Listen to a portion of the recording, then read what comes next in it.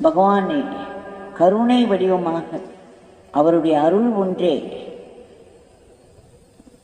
அவருடைய உண்மையான வடிவம் என்பதை அவர் புரிந்து கொண்டு அதன்படி தன்னுடைய வாழ்க்கையில் பூரணமாய் அவருடன் இருக்கும் உணர்வை பெற்றார் என்று சொல்வார்.